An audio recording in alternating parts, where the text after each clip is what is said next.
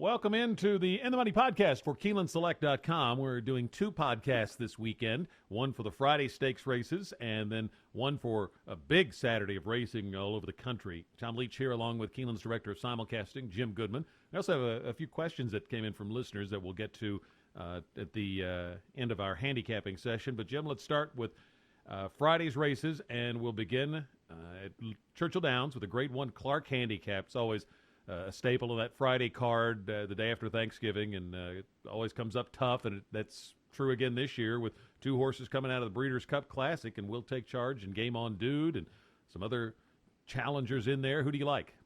Yeah, I was talking to Darren Rogers at Churchill day before yesterday, and they were talking about how tough this came up. They were really, really fortunate to get those horses in there. And I can't get past those two. I don't like Game On Dude shipping out of California. First time he's been back to Churchill since I guess the Derby, and he stayed in California all last year, and then he kind of had laid an egg in the Breeders' Cup. He's a great horse. The one hole I don't think really helps him. He's got to gun him out of there. That's where he wants to be anyway. I think We'll Take Charge. If he got his nose down at the wire, you'd be talking about if We'll Take Charge wins Friday, he'd be Horse of the Year over Wise Dan. And that nose doesn't make much difference to me. I think he ran a great race in the Breeders' Cup, and I think that he's the favorite here. And I think he's almost a prohibitive favorite. I think Game On Dude is a class horse and has a shot, but I would take We'll Take Charge, the late developing 3-year-old, over Game On Dude. Bourbon Coach is an interesting horse. Likes Churchill. Hasn't won there, but has been in the money and been around the money, and I'm gonna take him in third and fourth, maybe play a couple of supers with those two big horses on top. And the other horse that I liked a little bit is it's interesting that Rosario comes down to ride Easter Gift for Chad Brown. It doesn't look like he's at this level, but he didn't ship for fun either, so I'm going to put Easter Gift down there in the third or fourth spot. But We'll Take Charge is my best bet of the day at Churchill on Friday. I figure Game On Dude, they're trying to get some Horse of the Year votes if he picks up another Grade 1, because I don't think Mucho Macho Man's gonna get it off just the two races that he won. I wouldn't think so. So I'm guessing that's why he's here, and certainly on his best day he's good enough to win this. I think We'll Take Charge is the one to beat. I think if he wins this, I'm guessing 3-year-old champion. With another Grade 1 win and almost getting the Breeders' Cup Classic. So I'm guessing that's why he's here. I'm going to try for an upset here with a horse that I liked on Breeders' Cup weekend, Golden Ticket. I don't know if he's good enough to win, but he's going to be a nice price. And even if he runs second to We'll Take Charge, you could get a nice exacta. And I'm like you, I'm going to take a stand against Game On Dude. So Golden Ticket's going to be my pick. I just thought it was a crazy speed bias on that Friday at Santa Anita, and he was a deep closer in the dirt mile and ran a really good second to Golden Sense, who might win the Cigar Mile on Saturday. And this horse loves Churchill, and it's third off a layoff. So, and mainly it's the price that intrigues me. I'll use him with We'll Take Charge, with Game On Dude, and with Bourbon Courage, but mainly the exact I'm going to play is just a box of Golden Ticket and We'll Take Charge. Aqueduct, their 9th race on Fridays, the Grade 2 Go for One. Fillies and Mares 3 and up over a flat mile. And I didn't have a strong opinion here. I ended up taking a horse I took last time, Fantasy of Flight. He's second time for the Pletcher barn. Shortens up from a mile and a 16th after showing really good speed, a couple of good works.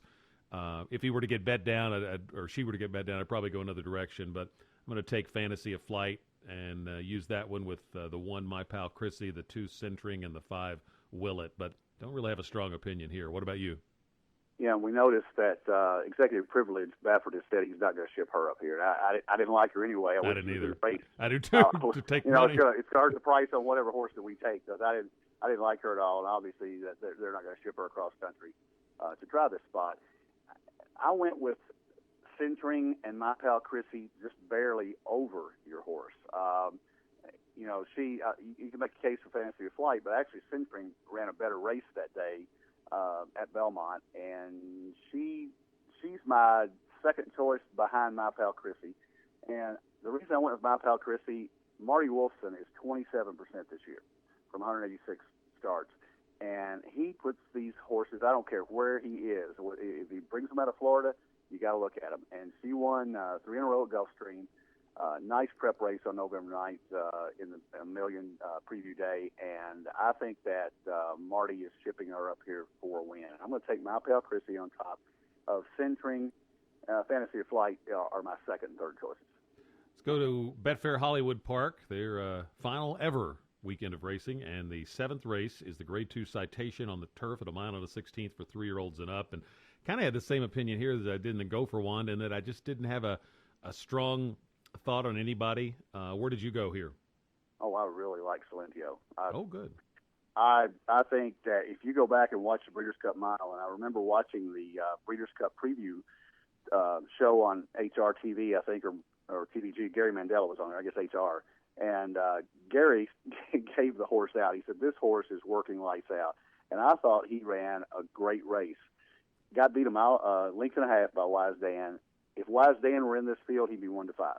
And I think Silentio is the pick for me. The other horses that I like, He'd Be Fire and Ice, didn't run very well in the Breeders' Cup Mile. He was wide, never really got in the race. He's 2 for 3 at Betfair Hollywood. And the other horse that I like, is kind of intriguing, Winning Prize, came to the Shadwell turf and didn't embarrass himself. It got taken off the turf. Probably synthetic is not his best game, and he's probably fits here very well. You wonder about a horse shipping from South America, but I think he fits well here. But Silentio's my pick over those two. Yeah, it's probably one of those horse player things. I needed Silentio to get second for a nice exacta behind Wise Dan, so I'm holding a grudge against him. I'm going to go with Winning Prize. I like the pattern of works for a trainer, Neil Drysdale, who's very good off the layoff. And Nakatani's really riding well this fall and at this meet. And I think really rides the turf course well. So I'm going to take a shot with Winning Prize. Got to use Silentio.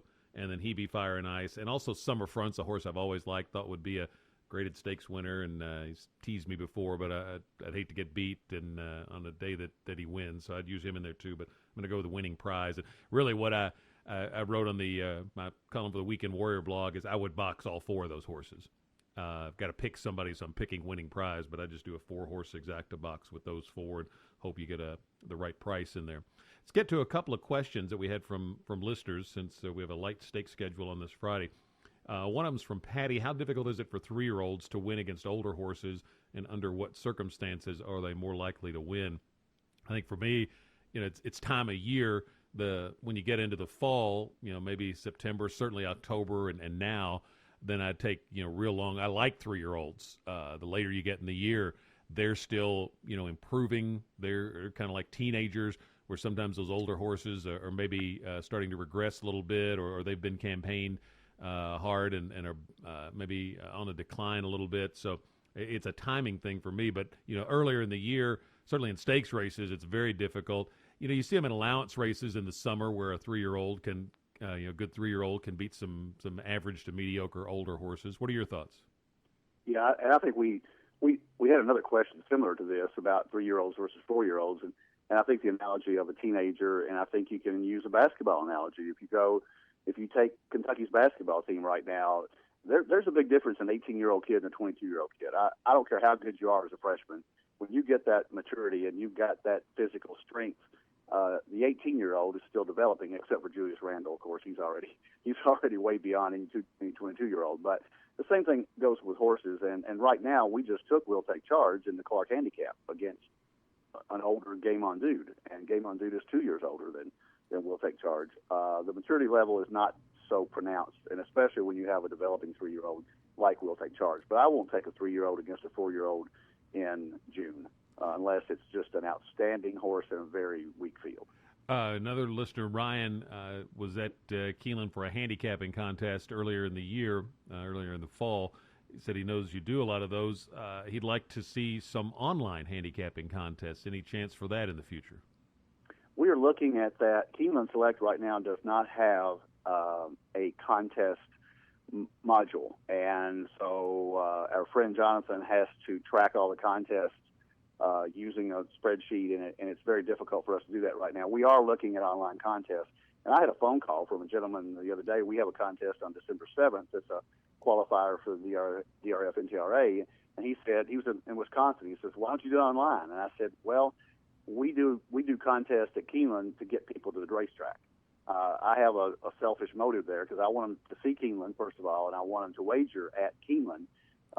There are plenty of online contests out there. You've got really nice websites, horsetourneys.com. nhcqualified.com. You've got publichandicapper.com, which is a free site. So you've got a lot of opportunities out there. What we do at Keeneland is we push the on-site tournaments. We are planning on having handicapping tournaments on Keeneland Select as soon as we can get that technology up and running. Well, there you go, Ryan. Thank you for the questions. And best of luck to everybody. Have a happy Thanksgiving weekend. And remember, we'll have another podcast for the Saturday stakes races here at KeenelandSelect.com.